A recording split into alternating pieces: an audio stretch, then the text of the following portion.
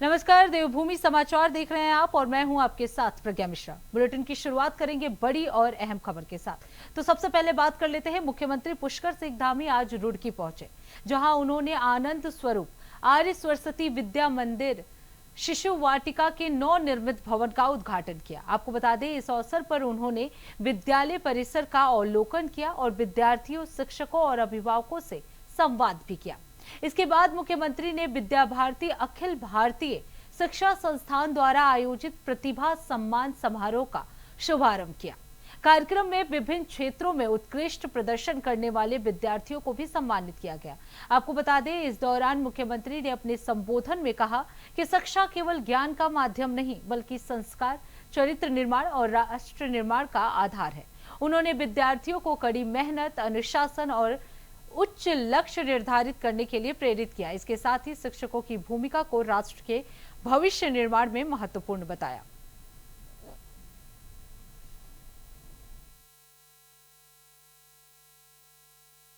आज देखिए, बहुत अच्छा रिजल्ट हमारे सरस्वती शिशु मंदिर और विद्या मंदिर के भैया बहनों ने, हमारे छात्रों ने, छात्राओं ने कक्षा 10वीं हाई स्कूल और इंटरमीडिएट में 35% और 37% का जो कुल विद्यार्थियों की संख्या है उसके आधार पर जो मेरिट है उस मेरिट में स्थान प्राप्त किया है।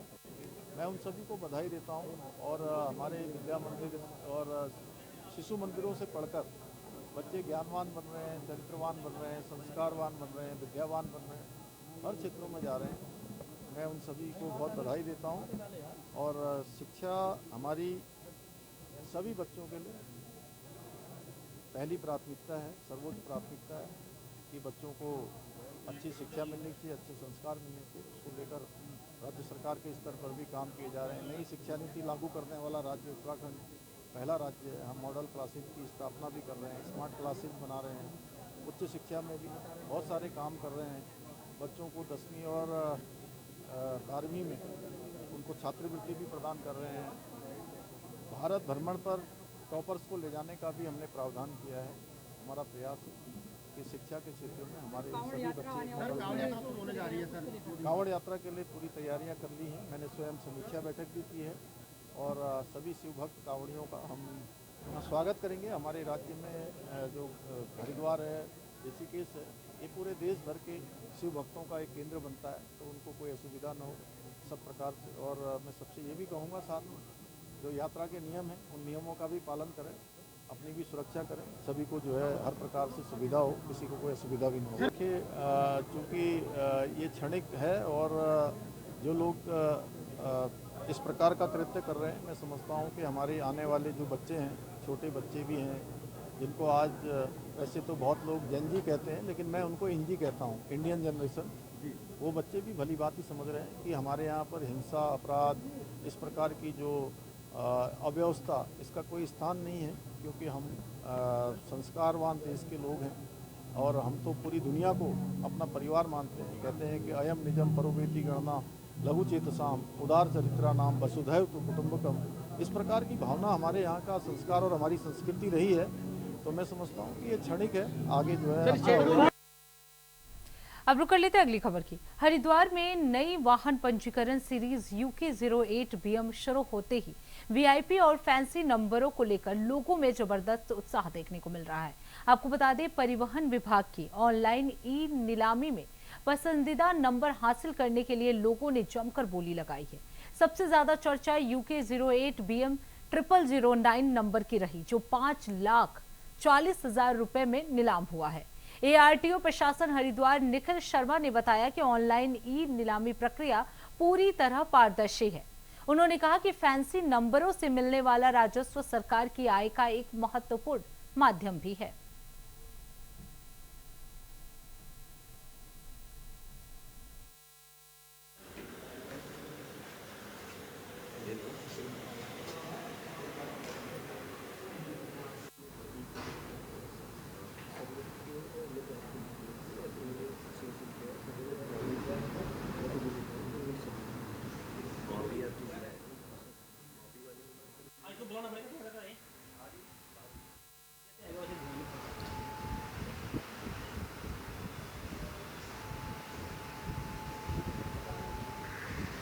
है तो एक ऑक्शन की प्रक्रिया रहती है, जो हमारे ऑक्शन वाले नंबर्स होते हैं उनके लिए ऑनलाइन प्रक्रिया रहती है। वो प्रक्रिया जो है वो कल ख़त्म हुई, जब नई सीरीज़ खुली उसके बाद पहली बार जब ऑक्शन हुए तो वो कल हुआ है वो प्रोसेस कंप्लीट। तो उसमें देखा गया कि जो 9 नंबर है वो लगभग 5.4 लाख्स में बिका है, और इसी तरह एक नंबर जो है वो लगभग 4.9 लाख्स में बिका है। इसी तरह से जो हमारे ऑक्शन वाले लगभग 1 से 9 तक जितने नंबर थे उन सभी की बिक्री इस ऑक्शन से हुई है।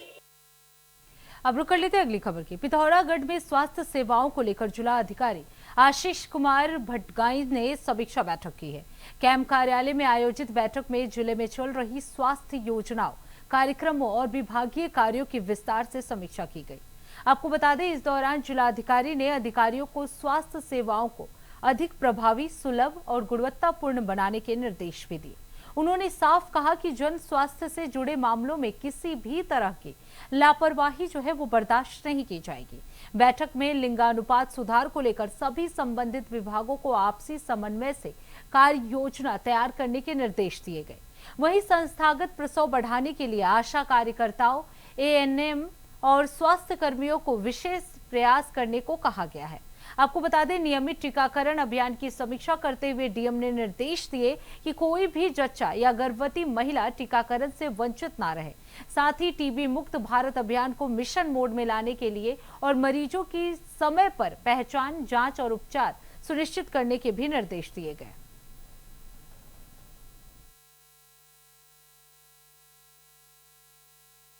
आज जो है स्वास्थ्य विभाग की समीक्षा अभी मेरे द्वारा की गई थी। तो इसमें जो विभाग को निर्देशित किया गया है कि एक तो लिंगानुपात जो है वो कम है जनपद के अंतर्गत, तो उसके लिए सभी को मिलके प्रयास करना चाहिए, कार्रवाई करनी चाहिए, तो ये निर्देशित किया गया है। साथ ही साथ इंस्टीट्यूशनल डिलीवरी जो होती हैं, संस्थागत प्रसव, उसको बढ़ाने हेतु भी निर्देशित किया गया है। उसमें प्लानिंग के साथ उसमें काम किया जाए। टीकाकरण भी जो है उसमें भी अपेक्षित प्रगति लाने के लिए मिलके काम करने की आवश्यकता है, तो उस हेतु भी निर्देशित किया गया है। साथ ही साथ हमारा जो टीबी मुक्त भारत अभियान है वो एक क्योंकि प्रायोरिटी है गवर्नमेंट की भी, तो उसके लिए निर्देशित किया गया है कि इसमें भी जो है हम लोग युद्ध स्तर पे काम करें और ये प्रयास किया जाए कि जल्द से जल्द जनपद जो है वो टीबी मुक्त हो सके, तो इसके लिए भी निर्देशित किया गया है। बाकी और भी जितने इश्यूज थे जो कंस्ट्रक्शन वर्क हो रहे हैं स्वास्थ्य विभाग के अंतर्गत, उनको भी ससमय पूरा करने के लिए, साथ ही साथ क्वालिटी उसमें मेंटेन करने के लिए भी निर्देशित किया गया है। अब रुक कर लेते हैं अगली खबर की। ऋषिकेश के तपोवन और स्वर्गाश्रम को जोड़ने वाले बजरंग सेतु के कांच वाले ट्रैक पर घूमने के लिए अब पर्यटकों को शुल्क देना होगा। जी हां, करीब 68 करोड़ रुपए की लागत से बने इस आधुनिक पुल के ग्लास ट्रैक पर चलने के लिए प्रति व्यक्ति 100 रुपए का टिकट तय किया गया है। शासन से मंजूरी मिलने के बाद लोक निर्माण विभाग नई व्यवस्था लागू करने की तैयारी में जुट गया है। पुल के दोनों ओर 1.5 मीटर चौड़े ग्लास ट्रैक बनाए गए हैं। दोनों तरफ के ट्रैक का उपयोग करने पर पर्यटकों को 200 रुपए देने होंगे। टिकट 2 घंटे तक मान्य रहेगा, जबकि निर्धारित समय से अधिक रुकने पर अतिरिक्त शुल्क भी लिया जाएगा। बच्चों के लिए टिकट शुल्क आधा रखा गया है। ग्लास ट्रैक की सुरक्षा और संचालन निजी एजेंसी करेगी। वहीं डामर वाले हिस्से से वाहनों और आम लोगों का आवागमन पहले की तरह ही निःशुल्क जारी रहेगा।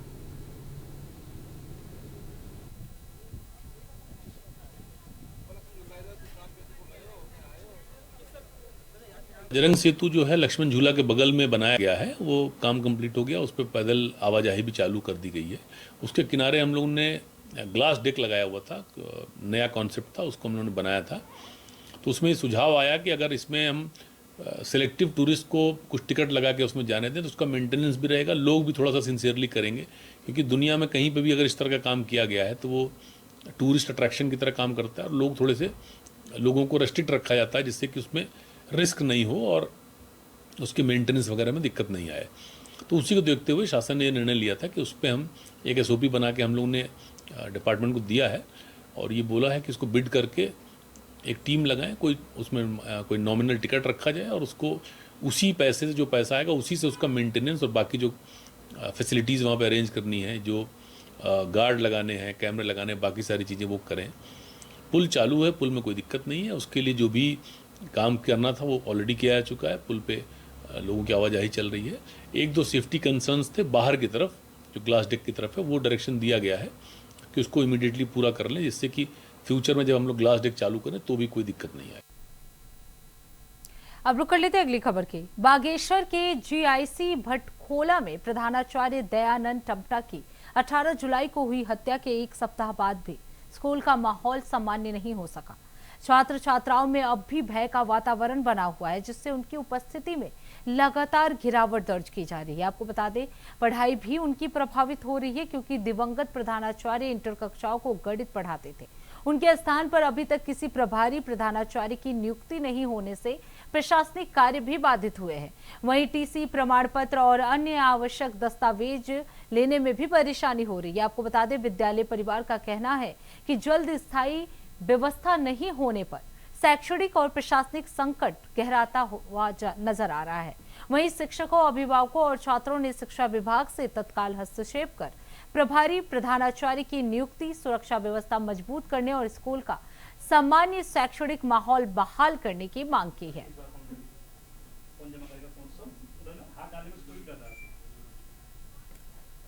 जीआईसी भटखोला का 12 कक्षा का पढ़ने वाला छात्र हूँ। मैं भावेश उपाध्याय हूँ।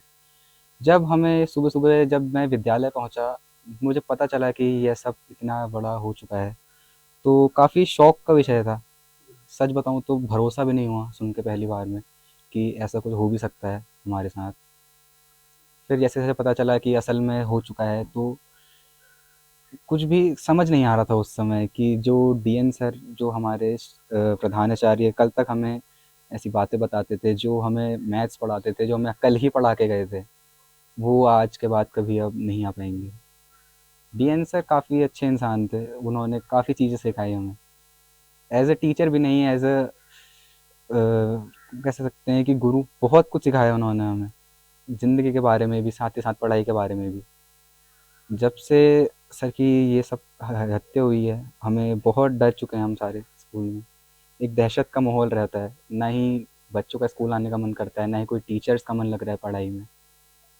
ये काफ़ी सीरियस इशू रहा है हमारे लिए। काफ़ी मुश्किल दौर से गुज़र रहे हैं हम फ़िलहाल। हम नहीं जानते कि हमें क्या करना है आगे, और हम चाहेंगे कि जल्द से जल्दी कोई नया प्रधानाचार्य आए हमारे स्कूल में, जिससे कि हम संभल सकें। साथ ही साथ गाइडेंस नहीं मिल पा रही है हमें अच्छे से। अध्यापक और कर्मचारी डरे सहमे हैं, क्योंकि जिस प्रकार से जघन्य अपराध हुआ, वो ऐसा कृत्य की हमें संभावना नहीं थी। बीच में उसका व्यवहार भी हमें ऐसा प्रतीत नहीं होता कि इतना बड़ा अपराध करेगा। और दूसरा एक है कि कहीं न कहीं निर्देश कहीं बाहर से उसको मिले थे, ऐसा हमें खुद मिलता है कि, और विद्यालय के माध्यम से उसका वेतन नहीं रोका गया था, जो कि भ्रम फैलाया जा रहा है, ऐसी संभावना नहीं है, क्योंकि वो तो उच्च अधिकारी के द्वारा उसका वेतन रोका गया था। और दूसरा, बच्चे भयभीत हैं, टीचर भी आशंकित हैं। इन तारीख आज 18 तारीख से आज भी विभाग का कोई भी अधिकारी कर्मचारी हमें सुध लेने तक नहीं आया, और किसी ने भी संवेदना व्यक्त नहीं की, न चाहे शिक्षा मंत्री हो, चाहे हमारे विभाग के हो, चाहे हमारे अधिकारी वर्ग का हो। कोई भी आज तक हमें देखने आया। हमको असहाय छोड़ दिया गया है। जितना हम अपनी ओर से मैनेज कर पा रहे हैं, उससे अधिक हम कुछ नहीं कर पा रहे हैं। कहने की भी क्षमता नहीं है सर। ये तो ऐसा लग रहा है कि अपनी लड़ाई खुद ही लड़ने वाला हो रहा है। और हम एक प्रकार से हम गार्जियन भी हैं और टीचर भी हो रहे हैं। हमें लगता था कि हमें सर हमारे विभाग के हमारे ऊपर छत्र छाया रहेगी, हमको दुख से उबारने में हमको मदद करेंगे, परंतु ऐसा किसी ने नहीं किया। हाँ, थोड़ा बहुत कल काउंसलिंग हुई, पुलिस वालों ने थोड़ी मदद की है, थोड़ा बच्चों में हौसला बढ़ा है। हम भी चाहते कि विभाग का कोई आदमी आता, हमारी इस पर संवेदना व्यक्त करता, कहता कि हम आपके साथ, हमारे कंधे पर हाथ रखता, हमको मनोबल बढ़ता। ऐसा किसी ने प्रयास नहीं किया हमारे।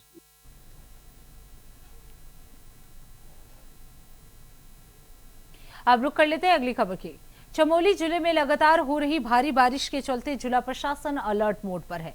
मौसम विभाग आईएमडी की ओर से 27 जुलाई के लिए जारी किया गया येलो अलर्ट अब सही साबित हुआ है। आपको बता दें, बारिश के कारण पहाड़ी क्षेत्रों में मौसम का मिजाज लगातार बिगड़ता हुआ नजर आ रहा है। प्रशासन ने सभी संबंधित विभागों को सतर्क रहने के निर्देश दिए हैं। लोगों से भी नदी नालों और संवेदनशील इलाकों से दूर रहने की अपील की जा रही है। भारी बारिश के बीच किसी भी आपात स्थिति से निपटने के लिए राहत और बचाव दलों को तैयार रखा गया है। आपको बता दें, प्रशासन स्थिति पर लगातार नजर बनाए हुए है और लोगों की सुरक्षा को प्राथमिकता दी जा रही है।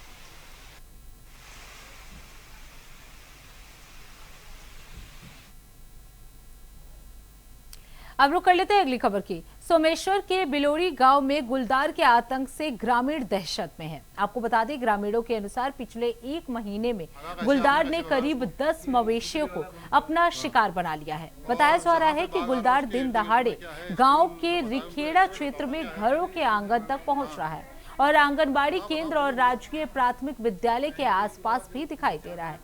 वहीं बीते दिनों बच्चों ने गुलदार को पेड़ पर चढ़ा देखा, जिसके बाद ग्रामीणों में डर और भी बढ़ गया है। आपको बता दें, परेशान ग्रामीण रेंज कार्यालय सोमेश्वर पहुंचे और अधिकारियों से ज्ञापन सौंपकर गांव में जल्द पिंजड़ा लगाने की मांग कर रहे हैं। साथ ही गुलदार के हमले में मारे गए मवेशियों के लिए मुआवजे की भी मांग की गई। ग्रामीणों ने वन विभाग से तत्काल कार्रवाई करने की अपील की है। फिर भागा कैसे, आपने कैसे भगाया उसको? ये सुतली वाला भंग पड़ा। हाँ, और जहाँ पे बाघ आ रहा है उसके इर्द गिर्द में क्या है? स्कूल जो बताया उनको एक्यूरेट बताओ ना क्या।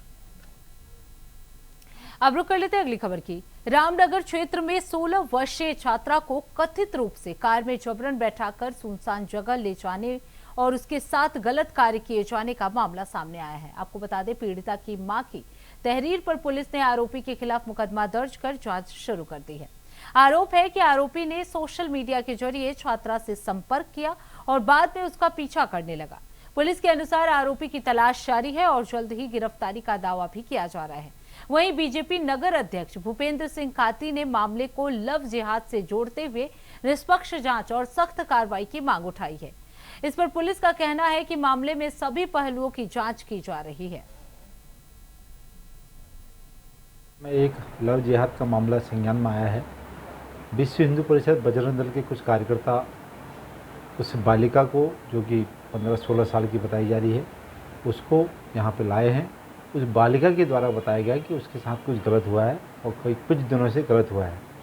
तो इस संज्ञान में उनके द्वारा जो है रिपोर्ट दी गई और मुझे भी उनके द्वारा यह बताया गया। मेरी कोतवाल साहब से बातचीत हुई, कोतवाल साहब के माध्यम से उन्होंने बताया कि जो है रिपोर्ट दर्ज हो गई है और बालिका का जो है मेडिकल कराया जा रहा है। तो यह एक लव जिहाद का मामला सामने आ रहा है। विशेष समुदाय का वह व्यक्ति है और उस पर कार्रवाई हमारी सरकार भी और पुष्कर सिंह धामी जी जो मुख्यमंत्री हैं हमारे प्रदेश के, उनके द्वारा भी एक सख्त निर्देश है कि किसी भी तरीके से जो भी जिहाद के मामले हैं वह बिल्कुल भी बर्दाश्त नहीं किए जाएंगे।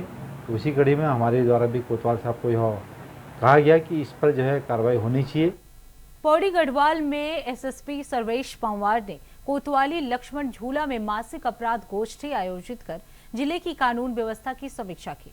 बैठक में वांछित और इनामी अपराधियों की गिरफ्तारी, मादक पदार्थों की तस्करी, साइबर अपराध, महिला और बाल सुरक्षा समेत कई महत्वपूर्ण मुद्दों पर भी चर्चा हुई।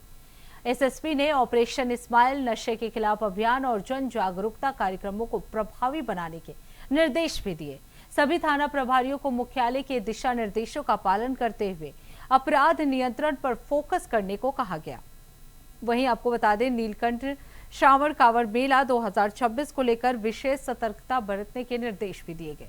एसएसपी ने अधिकारियों और कर्मचारियों को पूरी जिम्मेदारी और तत्परता से ड्यूटी निभाने को कहा। तो आपको बता दें, कांवड़ मेले की सुरक्षा को लेकर यह समीक्षा बैठक की गई, जिसमें कई बिंदुओं पर चर्चा किया गया। इसके साथ ही नशा तस्करी, साइबर अपराध पर भी शिकंजा कसने के लिए कई मुद्दों पर चर्चा की गई। अपराधियों की गिरफ्तारी के लिए कई दिशा निर्देश भी जो है इस समीक्षा बैठक में दिए गए। ऑपरेशन स्माइल को प्रभावी बनाने पर जोर दिया गया। तो पौड़ी गढ़वाल में ये समीक्षा बैठक की गई, जिसमें सभी पुलिस अधिकारी जो हैं वो मौजूद रहे। वांछित अपराधियों की गिरफ्तारी के लिए भी इस समीक्षा बैठक में आदेश दिए गए। इसके साथ ही ऑपरेशन स्माइल को प्रभावी बनाने पर जोर दिया गया। तो कांवड़ मेले को लेकर पुलिस जो है वो पूरी तरह से अलर्ट मोड पर नजर आ रही है और इसके लिए पौड़ी गढ़वाल में समीक्षा बैठक भी की गई, जिसमें सभी पुलिस के अधिकारी जो है वो मौजूद रहे। सभी को कई दिशा निर्देश जो है एसएसपी की तरफ से दिया गया, जिसमें कई बिंदुओं पर चर्चा की गई। इसके साथ ही अपराधियों पर शिकंजा कसने के लिए ऑपरेशन स्माइल को प्रभावी बनाने पर भी जोर दिया गया। अब रुक कर लेते हैं अगली खबर की। टिहरी में 27वां कारगिल विजय दिवस शौर्य और सम्मान और राष्ट्रभक्ति के साथ मनाया गया। बरारी स्थित शहीद स्मारक पर आयोजित मुख्य कार्यक्रम में जिलाधिकारी नितिका खंडेवाल, नगर पालिका अध्यक्ष, पूर्व सैनिकों और अन्य गणमान्य लोगों ने कारगिल युद्ध के अमर शहीदों को पुष्प चक्र अर्पित कर श्रद्धांजलि अर्पित की। कार्यक्रम के दौरान जवानों ने मुख्य अतिथि को गार्ड ऑफ ऑनर दिया। इससे पहले स्कूली छात्र छात्राओं ने बरारी चौक से शहीद स्मारक तक प्रभात फेरी निकालकर देशभक्ति का संदेश भी दिया। इस दौरान जिला अधिकारी ने कहा कि कारगिल के वीर सैनिकों ने राष्ट्रहित को सर्वोपरि रखते हुए देश की रक्षा के लिए अपना सर्वोच्च बलिदान किया। उन्होंने शहीदों के साहस और समर्पण को प्रेरणादायक बताया। कार्यक्रम में उपस्थित लोगों ने वीर जवानों के बलिदान को भी नमन किया।